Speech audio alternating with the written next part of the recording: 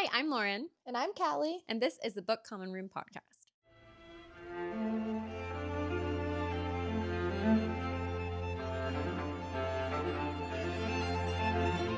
Welcome back to another episode of the Book Common Room podcast, the penultimate episode. Yes.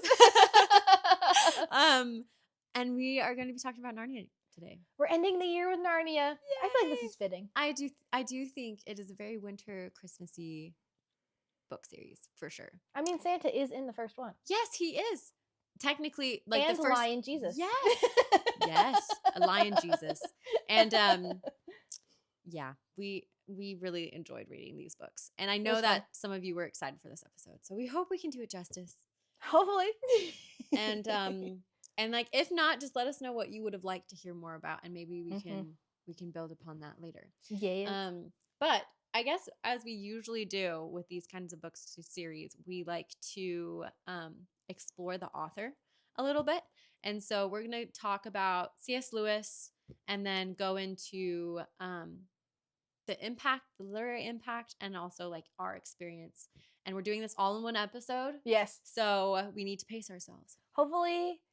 Yeah. Yeah. It'll be fine. We'll just feel it as we go. Yes. But hold on. Did you read anything this month, Lauren? Girl, anything other than Narnia? No. What? Okay, so we decided we might talk a little bit. Anything you like. Yes, multimedia consumption. I what have I been doing lately? Actually, beyond reading Narnia, I have been. Oh, I got my Spotify Wrapped. Oh yeah, what was on your Wrapped? Oh, my phone's recording. No. Oh yeah. Oh, dang it. You're like, I want to see what mine was. Oh, you might be able to see on your computer. I think I have it in my brain though. Oh, okay. Yeah. My top artists were actually like my top genre was neoclassical. That's awesome. Yes, because I am a very ambient person, if that is a thing. And I think it is. And I love listening to music in the background, and most of the music tends to be soundtracks or I do the same classical thing. music. Yeah. So my top two artists were like movie soundtrack people or like contemporary classic people. And then it was Suki Waterhouse, and my Spotify playlist told me that my listening age is 90. That's awesome. Because most of my music came from the 50s. My listening age is 22. I'm on the opposite end. Wow, girl. Yeah, that's awesome. So, yeah, that's been my thing. I've been listening to a lot of music because I was like, wait, I don't want to get rain ambience like I did last year. What a banger. Can you tell you were stressed in school? I know. Rain sounds, please. Rain sounds. Please. I'm in my capstone again. Or capstone class again. But yeah, so that's been the main thing is Spotify. We recently got a bunch of new old vinyls that I've been listening to. And what new? Oh, and I watched Zootopia 2. Oh, and did you like it? I loved it, actually. That's awesome. I've been wanting to watch it. And then I watched Wicked for Good. Oh, yes. With you, actually. Yes, we went inside that. That was so good. I was emotional. It was. But it was really funny because I heard that the box office numbers for Wicked for Good and Zootopia 2 beat Wicked. Whoa, that surprises me. And then someone in the comments was like, this could be a spoiler for people, but like, come on, people, watch Wicked. It's gotta go do it. But it was like Alphabet made it so they could have a voice. Just so you know. So they were like, awesome. Somehow to like give credit to Wicked for their success was like Alphabet made it so they could talk. She sacrificed herself so you could speak. So they could talk. So yeah, those have been my recent media consumptions. I love it. Beyond trying to read Narnia. Yes. I like it. All right. Your turn. Take it away, friend. What have you been reading and what have you been watching? I have been reading. Hold on. Let's see here. Oh, well, so I've been reading Narnia, but I felt like I was just having a hard couple weeks at work. And so I was like, I just needed something like super easy, something that was going to make me giggle. Oh. So I read Life and Death by Stephanie Meyer. It's the gender bend Twilight book. Like if Bella Wait, she was a wrote her boy- own gender bent? for the 10th anniversary, she released this. It's basically the first book, but Bella's Beau. And Edward is, I forgot her Evelyn. name. What is it? Eden or something Eden? like that. I don't remember. I was just guessing. Hold on. I'm gonna just Google her fast. Edward girl name. That is hilarious. I love how the author wrote her own like gender bent. Right? So funny. Her entire life. Twilight. Edith. Prof. Eden? It is Edith. Edith. Okay. Spelled Edythe. Anyways. Well, I guess because it has to be old and It ancient does, spelling, but yes. honestly, Because she's from the 20s or he's from the 20s. he's from the 20s. Edith would be EDITH. What is she doing? I don't know. It's Stephanie Meyer. You don't question it. Okay. So it was as you would expect it to be. It was just fun, goofy, silly time. It was really weird.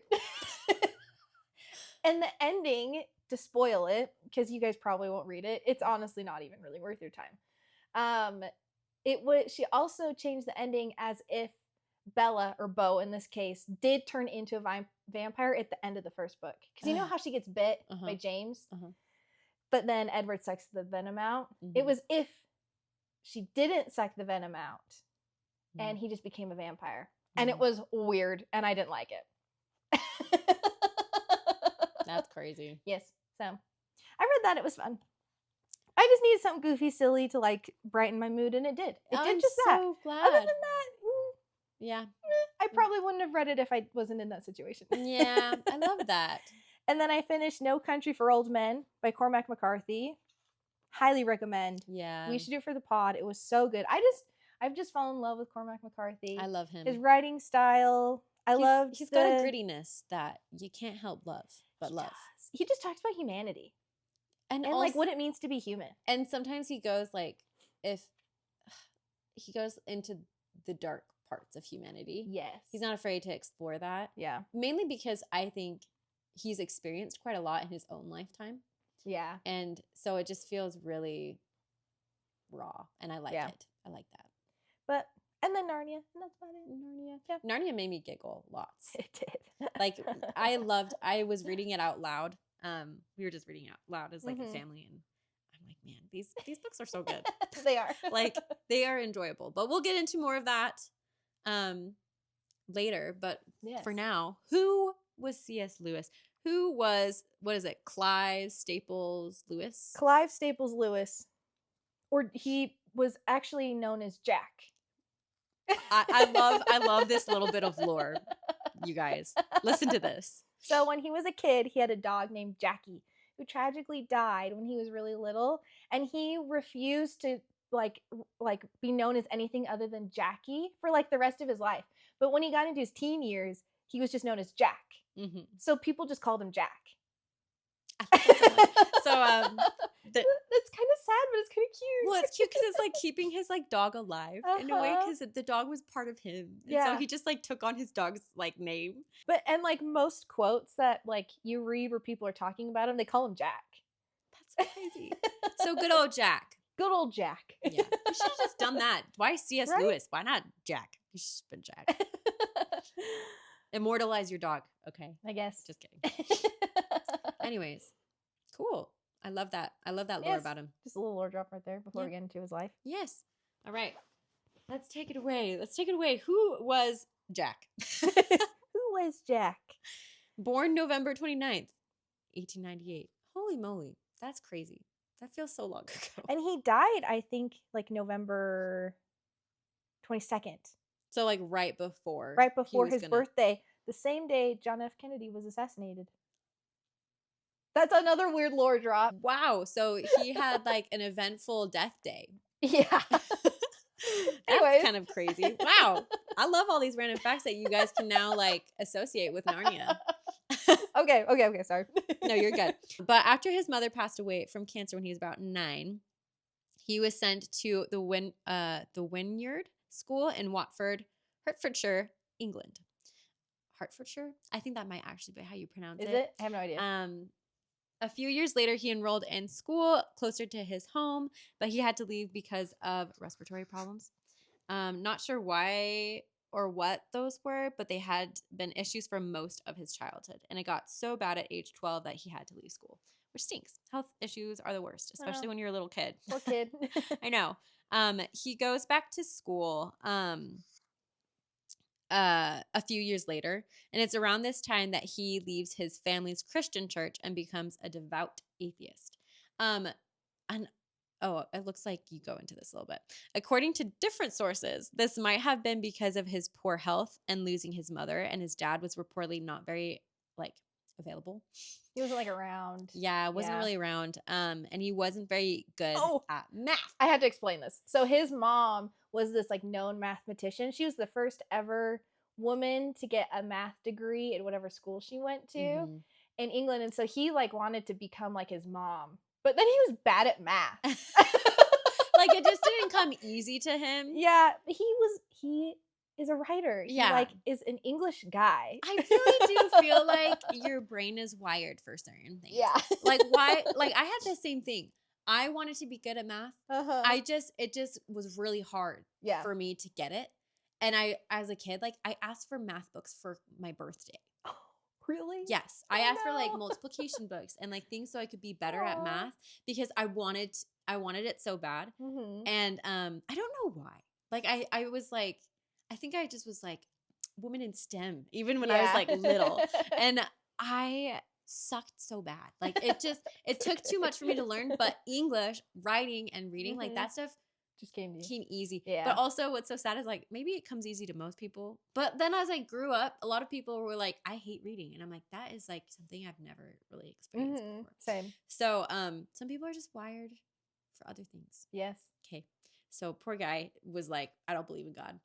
I know. I don't think he ever really came out and said exactly why. He wrote a lot of books about people who are going through different faith journeys. Yeah, for sure. So you could read into those, but his family members have said that it's probably just a culmination of life. Yeah. He was growing up, life was rough, and he just lost faith. And if you do believe in a loving God, it is a valid question. If there's a loving God, why do I suffer like this? Yeah. Why did my family have to suffer? Well, so World War I, World War II was World War I was about to start. Yes. And that's what he joins the army in 1917. Yeah, he joins in 1917. World War I started in 1914 and it ended in 1918. So he joined right a year before it was going to be ending.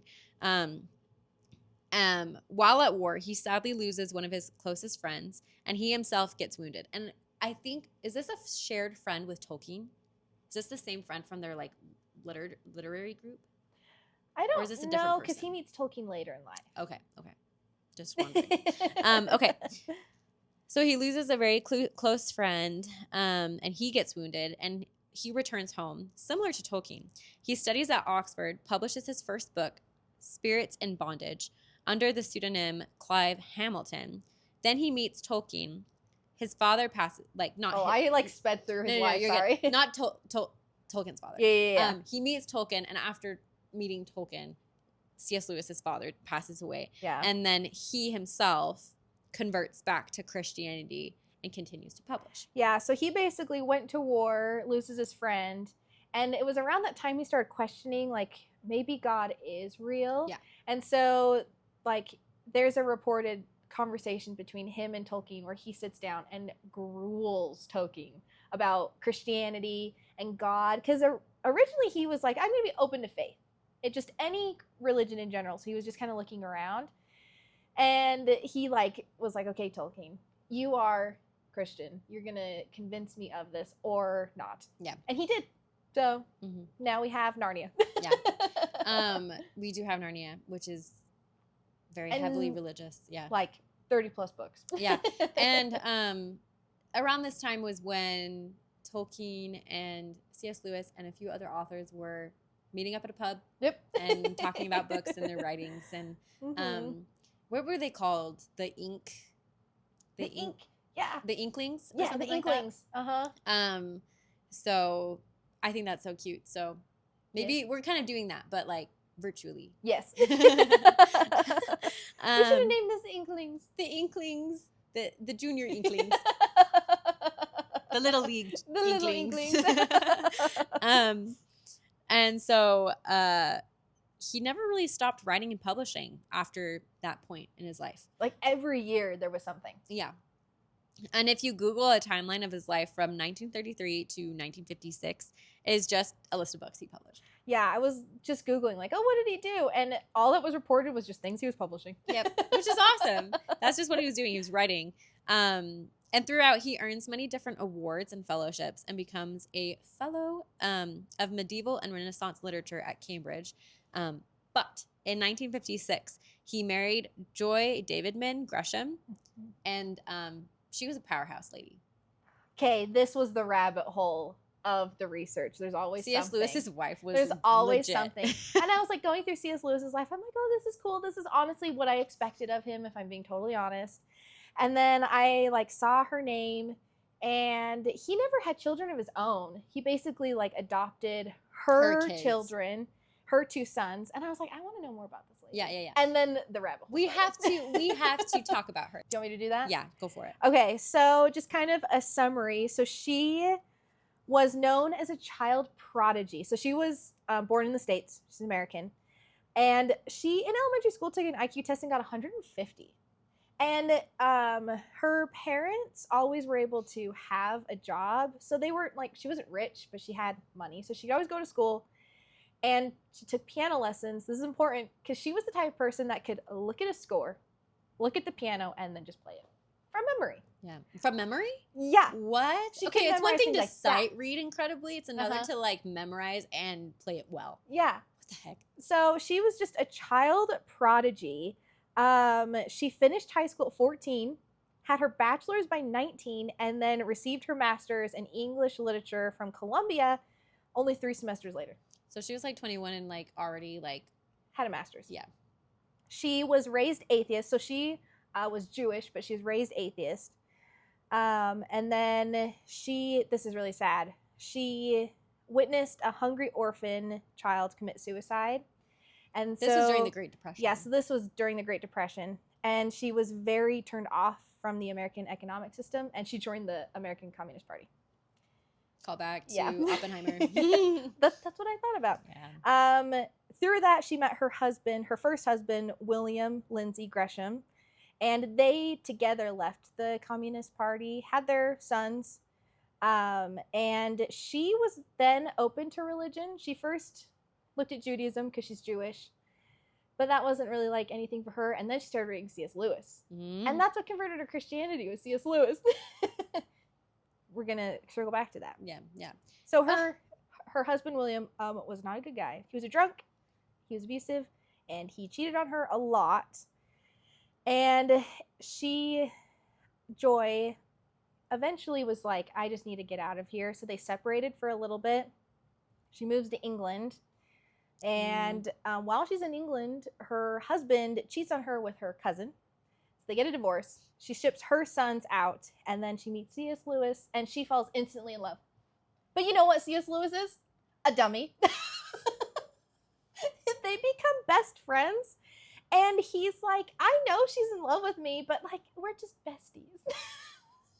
Friend zone Joy. And Joy. she is like so head over heels for him. Let's see here. Lewis's brother said in a memoir, for Jack, C.S. Lewis, the attraction was at first undoubtedly intellectual. Joy was the only woman whom he had met who had a brain that matched his own suppleness and width of interest and an analytical grasp, and above all, in humor and a sense of fun. Cute. And eventually Joy's visa was about to expire because she's in England. Mm-hmm. And she was thinking about going back to America, but because she was part of the Communist Party. They didn't want her, and Yep. America did not want her. Mm-hmm. So she's like, shoot, well, what am I going to do? Me and my sons are just stranded. So C.S. Lewis marries her so she could stay civilly, but they live apart. And then one day, Joy falls in her kitchen, breaks her leg, goes to the doctor, and she's got bone cancer. And then all of a sudden, C.S. Lewis is like, oh, I love her. He's like, time is of the essence. I want to spend the rest of my life with this lady. Whoops. who's wasting so much time. I know. But because she was divorced, it was like a big no-no with the Church of England for them to get married because she was divorced. So it was bad. But I thought they were already married. Weren't they already married at this point? Civilly. But they wanted, sorry, I should have said that better. They wanted to get married in the church. Got it. So by law, they were married, but they weren't married in the church. Okay. I don't know how that works with Church of England, but anyways.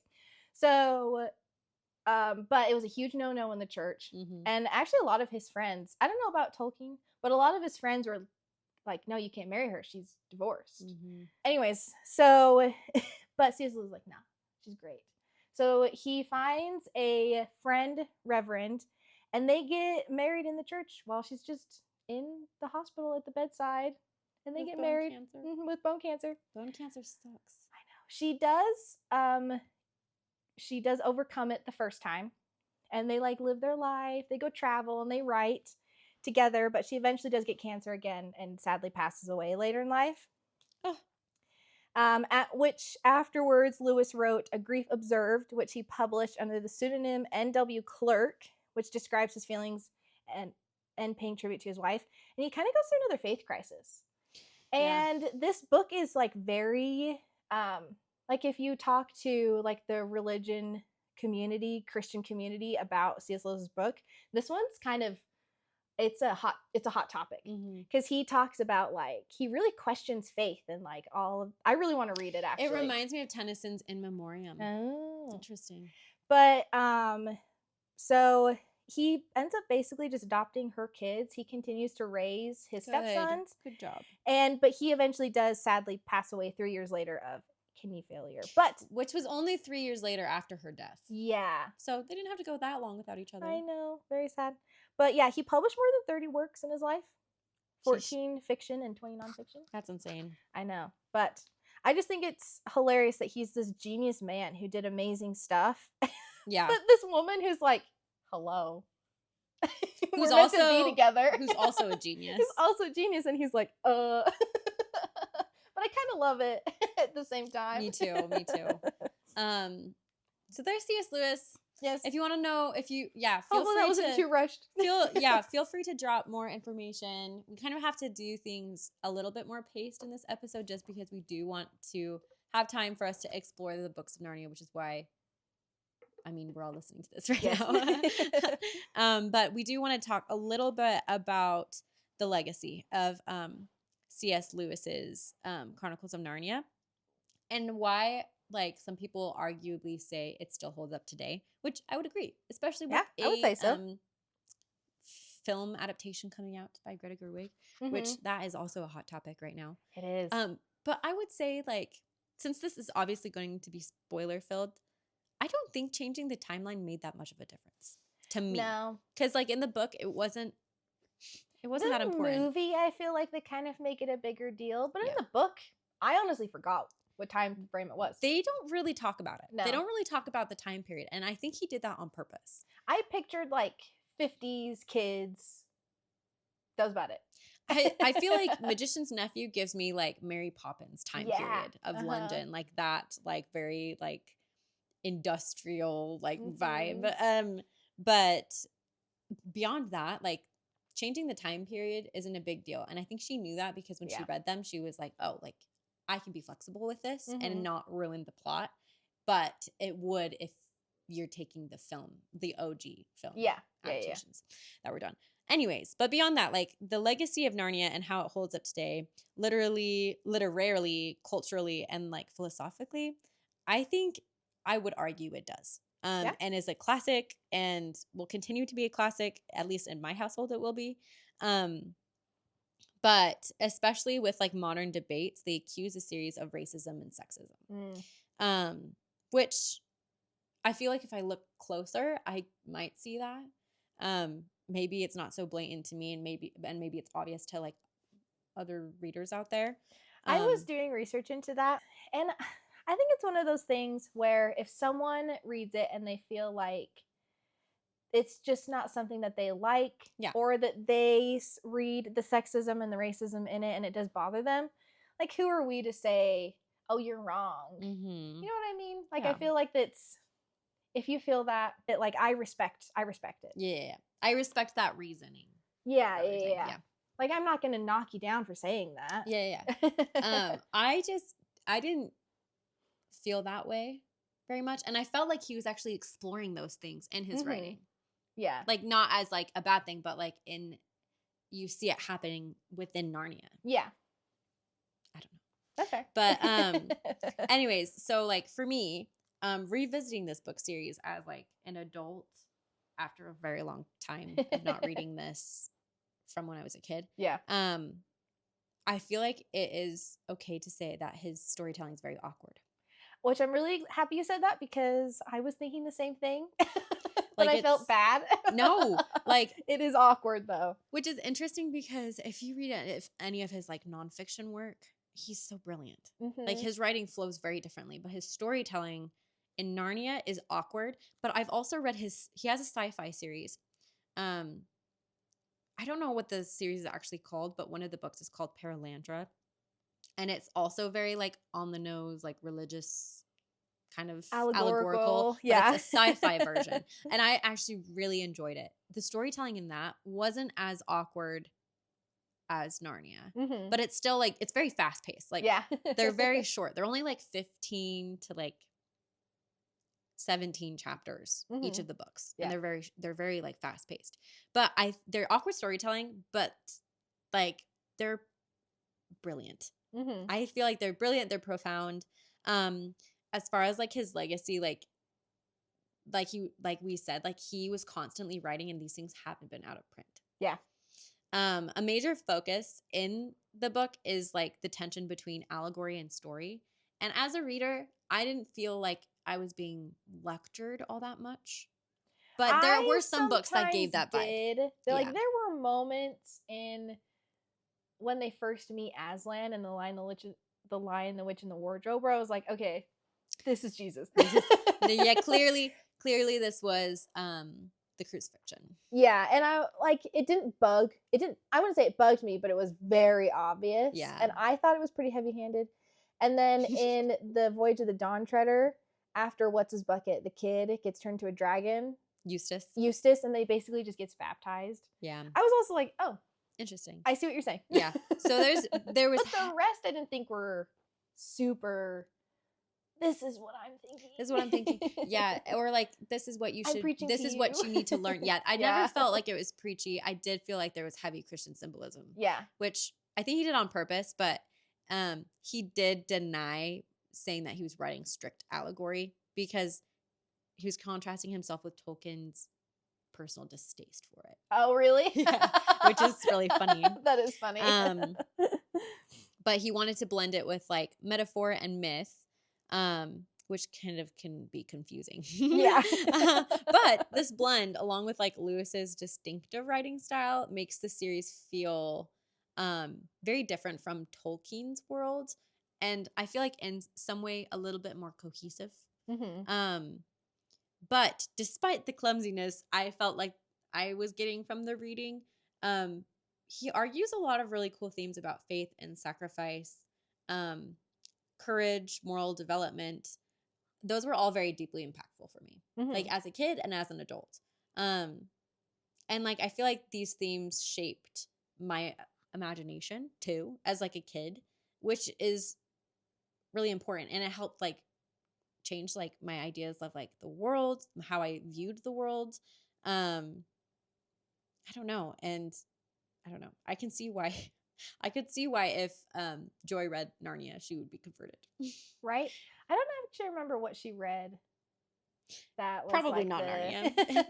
The thing, well, because he wrote tons of stuff. It could have been like Mere Christianity or like something like that. But anyways, I really enjoyed them. And for those reasons, I feel like they're going to continue to be a classic. I do think his like imaginative world and like the depth of his world continues to resonate with readers and will continue to do so. And I'm really excited to see like how Greta Gerwig adapts it. But I did want to share one quote from C.S. Lewis. This isn't specifically from Narnia, but just like to close up our like review of C.S. Lewis and his like impact. He says that literature enlarges our being by admitting us to experiences not our own. And I feel like Narnia does a great job of that, of like showing us experiences that aren't our own, but we can definitely like resonate with.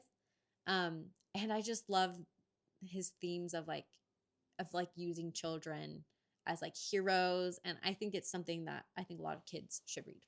I don't know. That's my little shtick on C.S. Lewis, on top of all of like Callie's incredible research.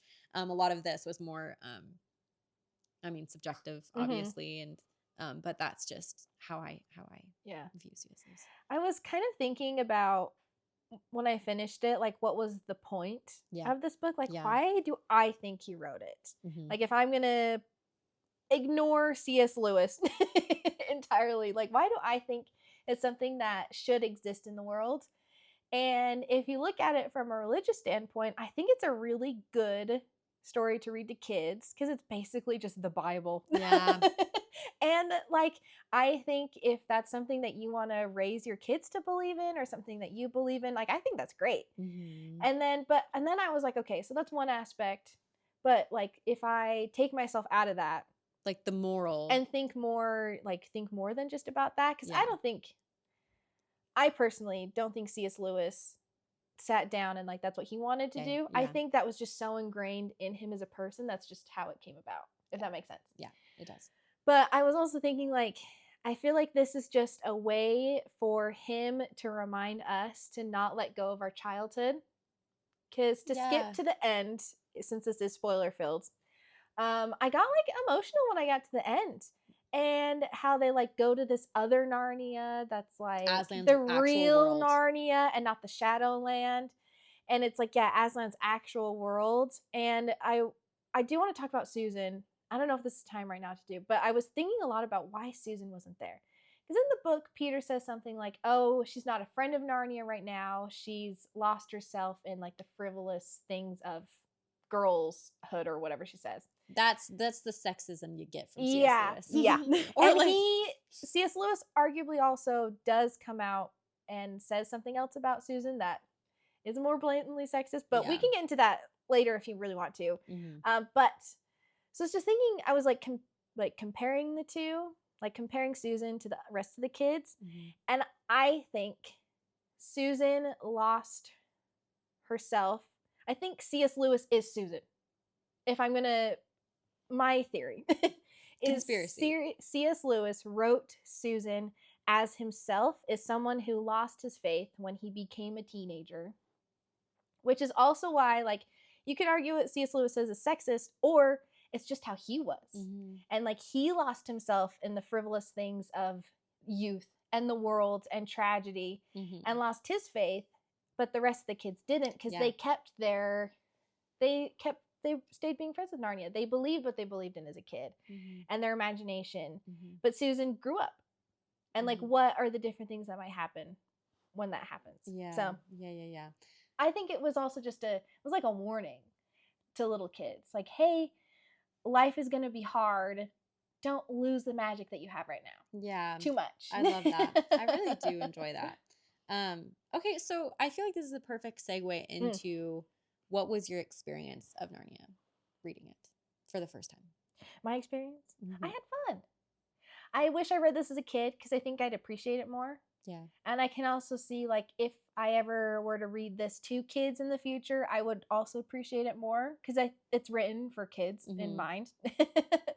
As an adult, it was a little like, okay, nice. I don't know. It exists. I didn't feel like strongly either way. Like, it didn't introduce anything new to me, or like anything that I hadn't already thought about. But I do think, like, I still really loved it. Yeah. I thought it was fun. Yeah.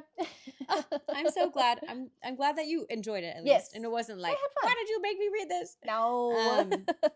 I like C.S. glad. Lewis. I've read the Screw Tape Letter by him. I've read lots of stuff. Yeah. So I already like him. He has really interesting.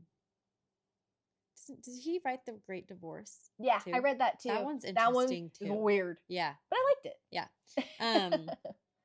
He just explores faith in so many different mediums. Yeah, and I feel like the Screw Tape Letter, the reason I like that one so much is he explores what it means to be human. Yeah. Especially during war. Yeah. I have a confession. Yes. I only read up to the 5th book. The Voyage of the That's Dawn. okay. Well, 5th book in the chronological order, Mhm. which is Voyage of the Dawn Treader. I have read Narnia before, but it's been a while. Yeah. So I had a refresh on the plot on The Silver Chair, which is my favorite. And The Horse and His Boy is also my favorite, which I remember being a kid and reading that and being like, I want them to make a movie of this, but it would be freaking hard. Yeah, it would be hard. And it would be weird. Yeah. And then The Last Battle, I feel like, is maybe not my most favorite, but one that like made me think the most. Yeah. Because I was like, somehow I missed as a kid that this was all like an allegory for heaven. Yeah. Because I was like, wait, they're dead. They're dead? What do you mean they got into a train wreck? So like if you're listening to this and you didn't read but you didn't mind the spoilers, they okay, so there's this whole thing in the last book that is it Prince Caspian's? Okay, it's Prince Caspian's like line basically. I guess it's King Caspian now. He becomes a king of Narnia. His descendants, who is in the last book, who's the one that is like called out. It's not Abel. Is it Abel? He like gave him the name Abel, like from the Bible. I don't remember. Well, anyways, the whole thing about the false Aslan, Prince Caspian's descendant, who's the current king of Narnia, calls out this lie, and he gets like captured. And basically he has this vision. He has this vision of 7 people sitting at a table. And it's Susan's not in this at this table. It's Edmund, Lucy, Eustace, Jill, and the Diggory from the first book. Polly, and the king that has his vision. They're like all at this table. Or I think it was Caspian was the 7th person. But basically he has like this vision of all of them, and it comes true, and it's because all those people, not Caspian because he was in the world of Narnia. Yeah, he was over there. He was a Telmarine or whatever. They all died. Yeah. In a train accident. And their parents. And yeah, which is insane. And everyone except for Susan. And like they all are going to Aslan's version of Narnia, which kind of made me feel cheated a little bit when I was reading this series, because I just wanted Narnia to be Narnia. Yeah. Instead of it being like just kind of an allegory of life. And so basically the Narnia that gets destroyed in the story is what Earth is supposed to be now. So like Earth's history was like Narnia, basically. Kind of like what Tolkien did with Middle Earth, like after the destruction or the demise of Sauron. It's the Age of Men, and like it becomes Earth, kind of. So it's kind of like they both were kind of doing similar things. But like those books were just like so, like I feel like the plot was like wrapping up so much in those last 2 books that it just went over my head as a kid. And then rereading them as an adult, I was like, what? I know. It still kind of goes over my head. That last chapter in the last book, I, as an adult, kind of went over my head. Yeah. Like the whole Shadowland thing where there's England, but the England we know now is only a shadow of real England. And Narnia is different, but the Narnia you've been introduced to is only a shadow Narnia. And there's a real Narnia and there's a real England. Yeah, it's really confusing. So like after their parents died, they went to the real England because they never were introduced to Narnia, but the kids were in the real Narnia after they died. Yeah. Except for Susan. She's still in the shadow of England. Yeah, we need like red string to help guide us through the like abstract plot that C.S. Lewis was doing within like 7 very short books. It felt very Great Divorce-y when he started doing that, because that's kind of how the Great Divorce is. I was like, what? There's a bus? What's going on? What is happening? Yeah, but I do feel like the storytelling overall, hilarious. Yeah. It's so funny, but it's also awkward, but like I do feel like it moved me. One thing that moved me a lot was, so like Aslan is supposed to be this depiction of a Christ figure. Yeah. Okay. This part was very interesting to me. Yeah.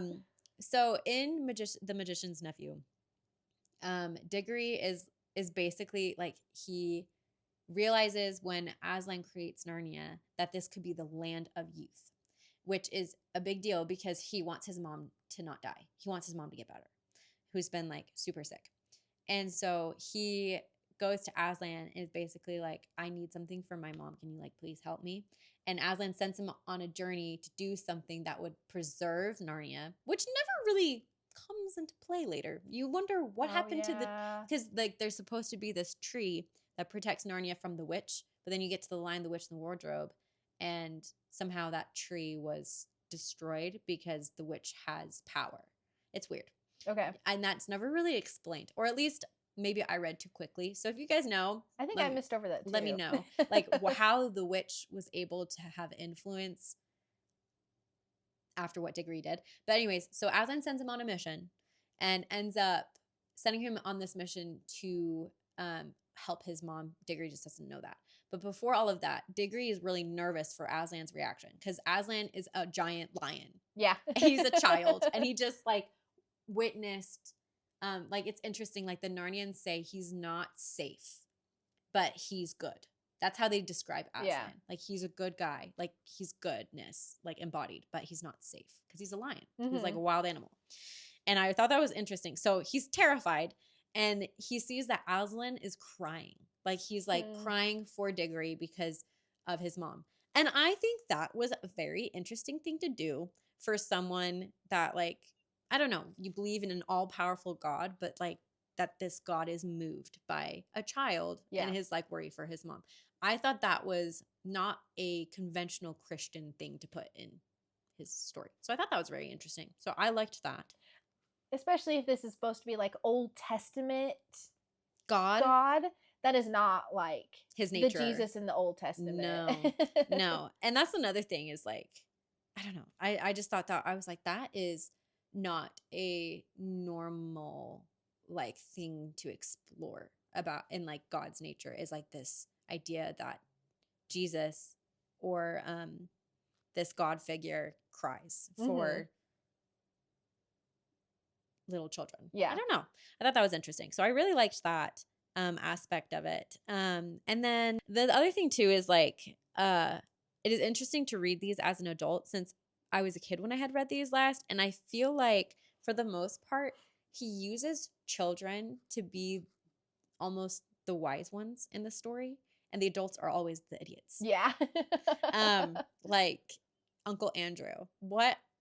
Like he messed up so bad. Yeah. He messed up so bad. Like I forgot that he was like the worst. Because when I was reading it, I thought but I think I was confusing Diggory because he's the professor in The Lion, the Witch, and the Wardrobe.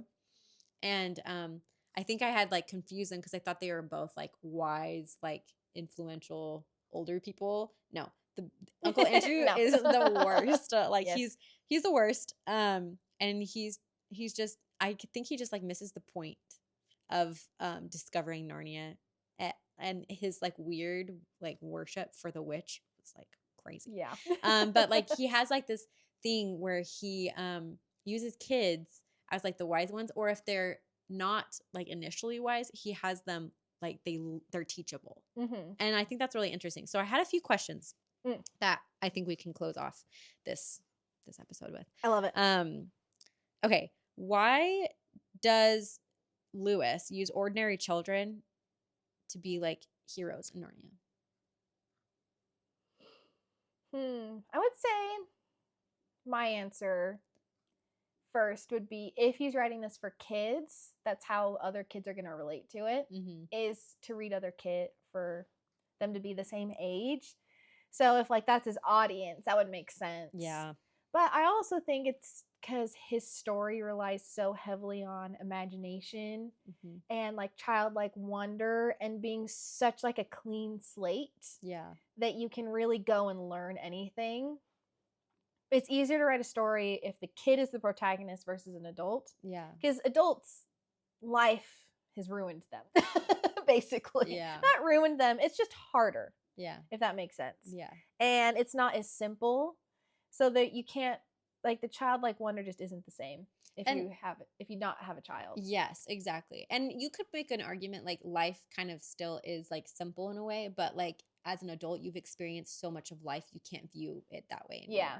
Like your perspective has been skewed by your experience.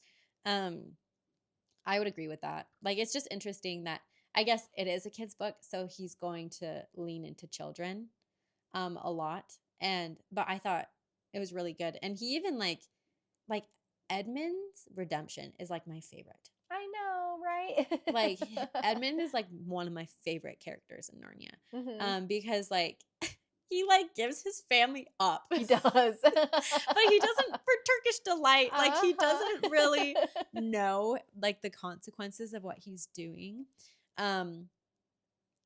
Okay, in Edmund's defense, there's a line that the beaver says that if someone eats any food that comes from the witch, they're automatically just like gone. Yes. So I think that there's like some sort of magic in the food. So like Edmund made the mistake of saying yes to the witch before he ate the candy. But as soon as he did it, like he had no hope. Yeah. Aslan had to save him from that point on. Yeah. So he was, but the thing is, I think, and he's a child too. Yeah. And so like, in the movies, they age all the kids up. In the book, Edmund is 10. Yeah, he's so little. He's little.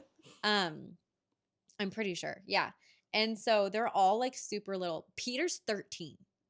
I know. And gets a freaking sword. And is like the head of this, and like multiple battles. Is the High King of Narnia. Yeah.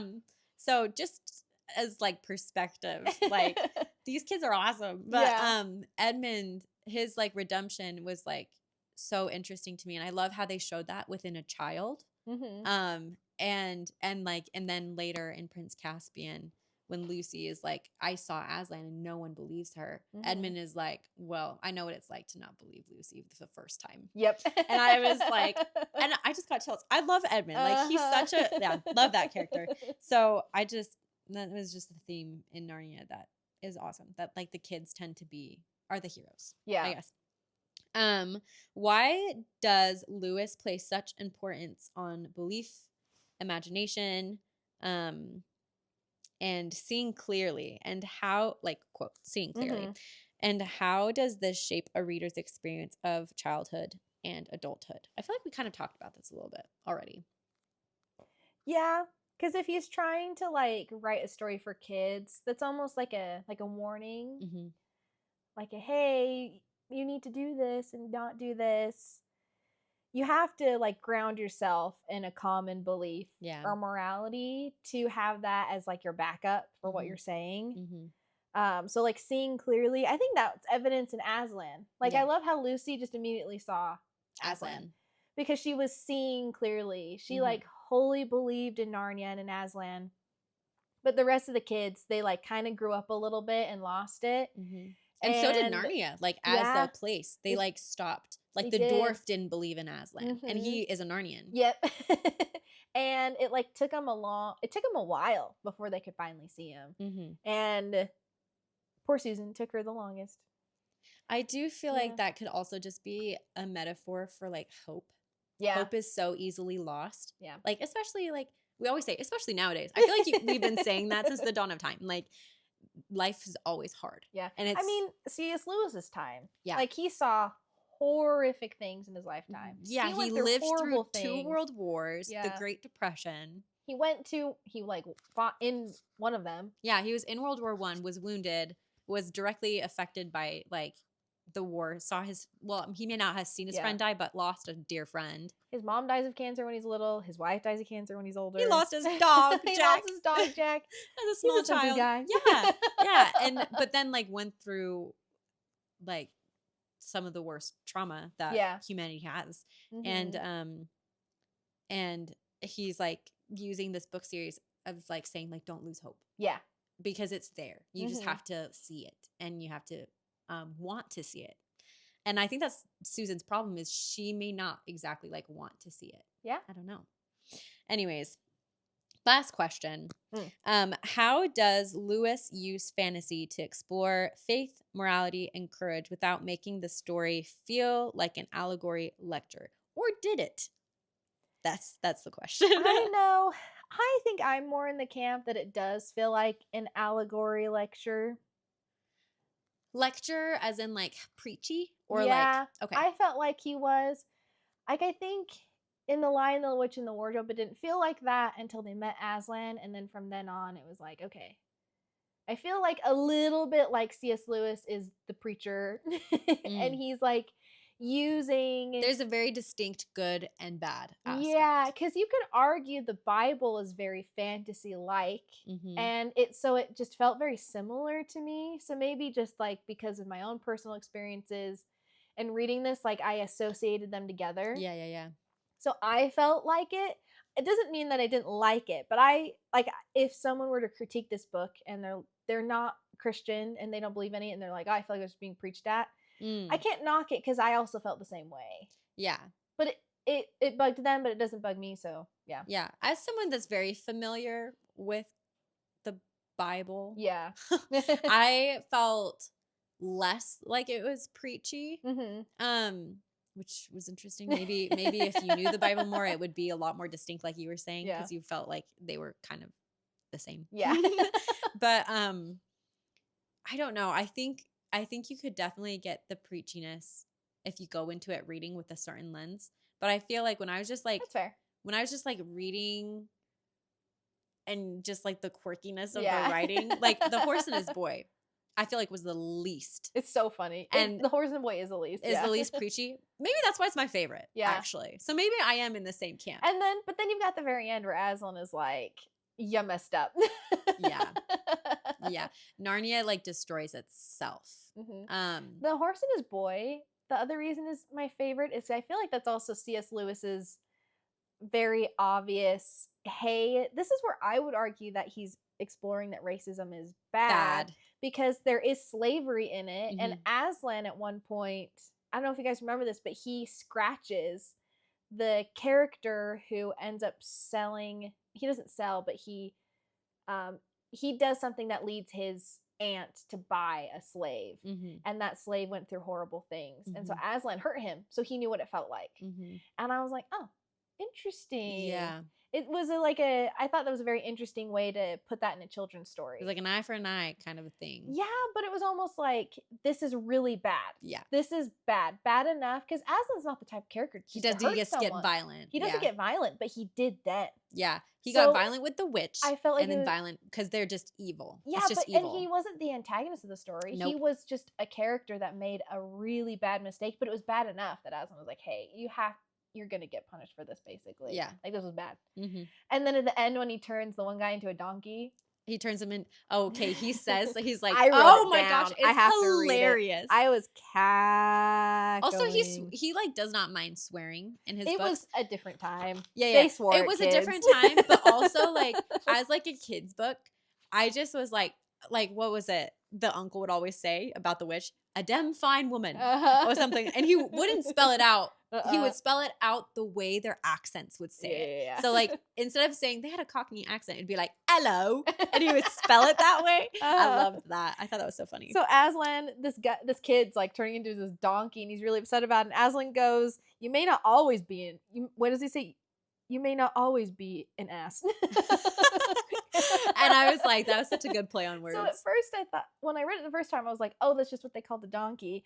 But I was talking to my dad about it. The double meaning. No, he was calling that kid an ass. Yeah, he was. Yeah.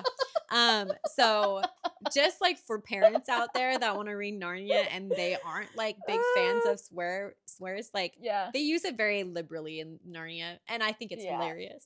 I was laughing so hard. Oh, I did too. He says something after that that's super funny too. Well, the uncle at the not the uncle, the professor at the house in The Lion, the Witch, and the Wardrobe, Diggory, when they're like tattletelling on Lucy, and his response is, maybe you guys could just like mind your own business. Yeah, that was so funny. He didn't tell any of them off. He was just like, mind your business. Oh man, let her do her thing. Yeah, let her do her thing. My favorite thing is like, Diggory marries Polly. Like they get married. I think that's so cute. And because that's something Polly would say. Yeah. And that's funny that it came from the professor, because you're like, he's been around Polly. Yep. But yeah, that's kind of that's kind of it. Like with Narnia, like I think that's the other thing too is I was like thinking about this episode and like that question and like this idea that like kids are teachable in Narnia. Also, yeah, The Horse's Boy, that's like the top one. Like that one's so good. It is so good. I also hope like we've kind of danced around the fact that this book has in current days become a little controversial. Yeah. Just like with debates going around. And I would kind of hope that people do talk about it. Because I would argue that C.S. Lewis wrote this stuff so it would start a conversation. Yeah, I think like, so too. Why did Susan? Why was she not a friend? And like, is that something that C.S. Lewis did because he was sexist, or was he like writing himself in and was just being blunt? Yeah. And that like maybe she will eventually go back to Narnia. Yeah. She'll join her family. Because if you think about it, she lost everyone. Yeah. Her parents, her siblings. Yeah. Like everyone's dead. Yeah. They're all gone. She's alone. Yeah. So like maybe later in life she will go back like C.S. Lewis did. I don't know. It's a good conversation starter for sure. And one other thing too is I think he puts a lot on kids because kids are the future. Yeah. Like you will be the creators of this next world. I get like the sense of how Miyazaki finished off his Studio Ghibli world, which who knows if it's actually his last movie, but The Boy and the Heron, like it was like, here are the blocks. Like do what you will with them. But he was basically like, but no one could do it like I did. No one could do it like I did. Also, the world's a mess. So good luck.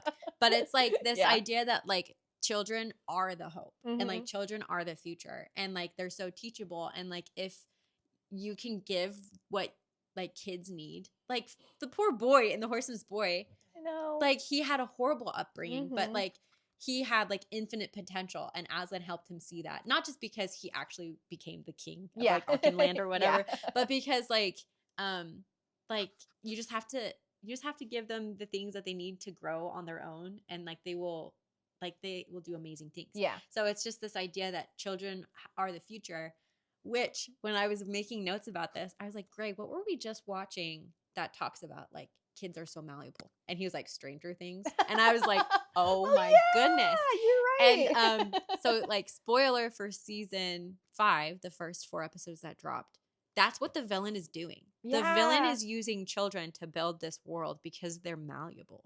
And I was like, whoa. So like on a completely like different. He's like not doing it for good. No, he's not doing it for good. But I'm very okay. Theory to end this that has nothing to do with Narnia. Noah Schnapp like was interviewed with Millie Bobby Brown, and they were like, "Who's the most misunderstood villain?" And he was like, "Low-key Vecna." And Millie was like, "Shh." She was like, "We're gonna both be quiet because we can't say anything else without spoiling." Because she's like, "We don't know what you know." Yep. But the reason I say that is like he probably is a bad dude. Yeah. But he might be doing things similar to like in Harry Potter with like, man, we're doing all sorts of like cross literary like fantasy worlds. Like the greater good, for the greater good, like kind of concept. He might be thinking he needs to redo the world because the world is so messed up and hurts people like him. And he's taking these kids because he doesn't want them to suffer in a weird, twisted way. And like wanting to build this other world, and he knows that children are the way to do that. Kind of like how Aslan is using kids. Anyways, but Aslan, he's actually good. He's good. Vecna, like not good. Clearly, like he has trauma. But yeah, hurt people. Yeah, kind of a thing. But that concept, I feel like, is something that C.S. Lewis is doing is like a trope in so many other stories with like children as heroes. Anyways, that was a little. We love Narnia. Yeah, we love Narnia. Narnia is great. I think it's something that can like, I don't know, just introduce like how just to be a good human. Yeah. Like I remember like wanting to be Lucy when I was a kid. Oh, I got my hair cut like her. Like I wanted to be so Lucy because I just loved how she just like saw Aslan and like recognized that he was good immediately. Yeah. And I was like, oh my gosh, I want to be like that. I just want to be able to like discern good from evil like she did. Yeah. I was like, oh, I love this. And just believe in the magic. Like even she was the only one even as she got older, to like still believe. To still believe. Mhm. And I liked how Edmund like couldn't see Aslan, but he believed in Lucy. Yeah. And I thought that was And really like special. so did Peter. Like it took Peter a little bit longer, but Yeah. he was like the older brother that was like, I should trust my younger sister. And yeah. I thought that was so sweet. I love them. And I do love Susan. Yeah, I love Susan. We love Susan. Yeah. She's just going through her own thing. You did archery like Susan. Exactly. I did. she's gonna go to Narnia. My theory. And C.S. Lewis has come out and said that he's never gonna hold on. Rewind. A kid wrote a letter to C.S. Lewis and was like, "Can you please write a book for Susan and call it Susan's Narnia?" And he responded and said, "I'm not going to do that. I purposely left it open-ended so you could decide what to do." Aww. So my theory is Susan is going to figure things out. Yeah, Susan's going to figure it out. Is going through a lot of trauma right now and is going to figure things out, and she's going to end up with her family. Yep. That's my theory. Yeah. It's going to work out. That's what we want. Yes. We want it to work out as readers. Yes. But you guys can decide what Susan's Narnia is. Yeah. Yes. Anyways, thank you guys for joining. We hope we covered the things you wanted. We kind of covered just the things we wanted to say, but yeah, you let us know if there's more to the discussion. I love it. Yeah. We're excited. We know what book we're going to be doing for next month. Yes. Yeah, we're going to announce it in this episode because when you watch our part 2 of this month, we didn't know what we were doing. So we clearly were like, we flip-flopped the filming. So the next episode you're going to see, we got confused. Yeah. We were kind of chronologically, like the time was like, if we're saying, so many podcasters do this too. They're all very retroactive, so they know exactly what they need to say. We did not prepare in that way. So we're announcing January now. Yes. And that in future posts, when we do like the book of the month, we're going to leave a post that you can slide to that shows the books of the quarter. Yes. Yeah. And that we're doing like audience choice books for next year, which we announce in the next episode. Yeah. But January. We're doing Tress of the Emerald Sea. Right? By Brandon Sanderson. Yeah. Yes. Brandon Sanderson. We're very excited. It's been a book that I've been reading like for several months, and I'm halfway through it right now. So I'm actually excited because it's going to force me to actually finish it. But I love this book. It's another just like whimsical, fun book, but it's for like older people. Yes. And I think kids could read it too. Oh, 100%. But it's just, the storytelling is not as awkward as Narnia. It's the Princess Bride if Buttercup was to go save what's his bucket? Wesley. Mm-hmm. Mm-hmm. I really enjoy it. And it's like, my favorite Sanderson. I literally read this and I get Sanderson. Like I've read his Stormlight archive, and like people are like the Way of Kings, which I'm with. Like I did cry reading the Way of Kings. Yeah, but I read Tress of the Emerald Sea, which is a standalone book. And I'm like, I get it. It's technically part of his Cosmere, but you don't need to know the Cosmere to read this book. Like, I don't even know what it is. And I read it and I was like, this is awesome. Also, the Cosmere is like, I didn't know what this was until like I learned of Brandon Sanderson. But it's this idea that all his books are in the same kind of universe. Yeah. And Hoyd is in all of them. And his character in this book is so funny. Like, I didn't know that Sanderson, because I've read the Mistborn series, which was very serious. And Hoyd's names are different because he's Wit. He's Wit. That's in what it is. The Stormlight archive, which is his name is Hoyd, but they call him something else because he is something else. Yeah, okay. Well, we won't spoil it yet. But I forget that's a spoiler. But he is in this because that's part of his Cosmere. He has this character that's in all the books. He's hilarious. So and funny. He even makes a comment like that's like, he's like, if only I had wit, and it was a capital W, and you're like, ha ha. I didn't notice that. Yeah. There you go. But anyways, you read this, and I think you'll understand why people hype Brandon Sanderson, because he's a great writer and could write something that wasn't giant and make it good still. So I like. We're excited. Yeah. Anyways, well, we'll see you in the new year. Yay. I hope you guys happy Christmas. Yeah, happy holidays. We love you guys. Yep. Okay. Bye. Bye.